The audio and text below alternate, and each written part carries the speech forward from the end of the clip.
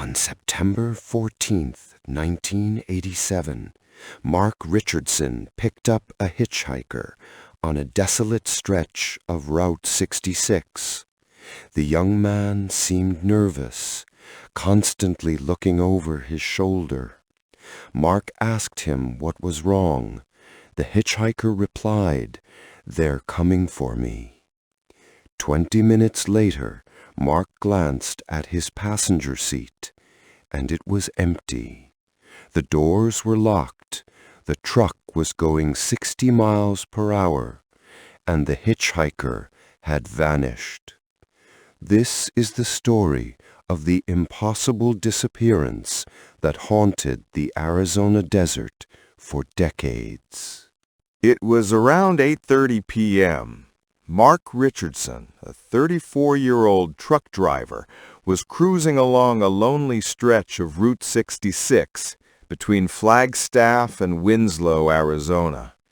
The desert was dark, silent, the kind of night where the horizon seems to swallow everything. About 15 miles outside Winslow, Mark spotted a figure on the side of the road, a young man, thumb out, hoping for a ride. Normally, Mark didn't pick up strangers, but the emptiness of the road, the isolation, it felt wrong to just keep driving. He pulled over. The young man climbed into the passenger seat quickly, almost frantically. Dark hair, disheveled, denim jacket, haunted eyes. "Thanks for stopping," the hitchhiker said, voice tight. "I really need to get to Winslow." Mark nodded. "No problem. What's got you out here so late?" The young man hesitated, then whispered, "Just needed to leave somewhere. Fast." For the next 15 minutes, they drove in near silence. Mark tried small talk. The hitchhiker gave short, distracted answers. Then he suddenly spoke. "Do you believe in things you can't explain?" Mark blinked. "What do you mean?" "Things that shouldn't be possible. Things that break the rules." His eyes locked with Mark's for the first time, intense, pleading. "They're coming for me," he said. "I thought I could outrun them. But you can't outrun something that doesn't follow the laws of time and space." Mark gripped the wheel tighter. His mind raced. Was this man hallucinating or telling the truth?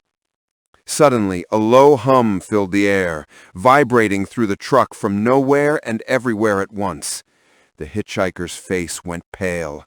"They're here," he whispered. The truck began to shudder, though the road was smooth. The radio, playing classic rock, turned to static. The air inside grew cold. Mark could see his breath. The humming grew louder, vibrating through his bones. "I'm sorry," the hitchhiker whispered, barely audible. "I didn't mean to drag you into this." Mark looked at him for a moment, and then he blinked. The passenger seat was empty, completely empty. The doors were locked. The windows were up. The truck was still moving at 60 miles per hour. But he was gone. Mark sat frozen for 5 minutes, heart pounding. The seat was still warm. On the floor, he noticed a small silver medallion, strange symbols etched into it, ice cold to the touch despite the desert heat. He drove straight to the Winslow Police Department. Officers were skeptical, but recorded his statement. Weeks passed. Mark searched for answers. Paranormal investigators, early internet forums, even local Native American communities. No one recognized the medallion's symbols. Then, 3 weeks later, Mark received an anonymous letter. Inside, a newspaper clipping from 1952. The headline read, "Local man vanishes without trace on Route 66." And in the photograph, the same young man, same denim jacket, same haunted eyes. The hitchhiker had vanished decades before, only to appear that night in Mark's truck. Mark never spoke publicly about the letter. He kept it, along with the medallion, in a locked box. He continued driving trucks for years, but never picked up another hitchhiker, and never drove that stretch of Route 66 again. When he passed away in 2003, his daughter found the box. Inside, the medallion, the letter, and a note from his father. "I don't know what I saw that night.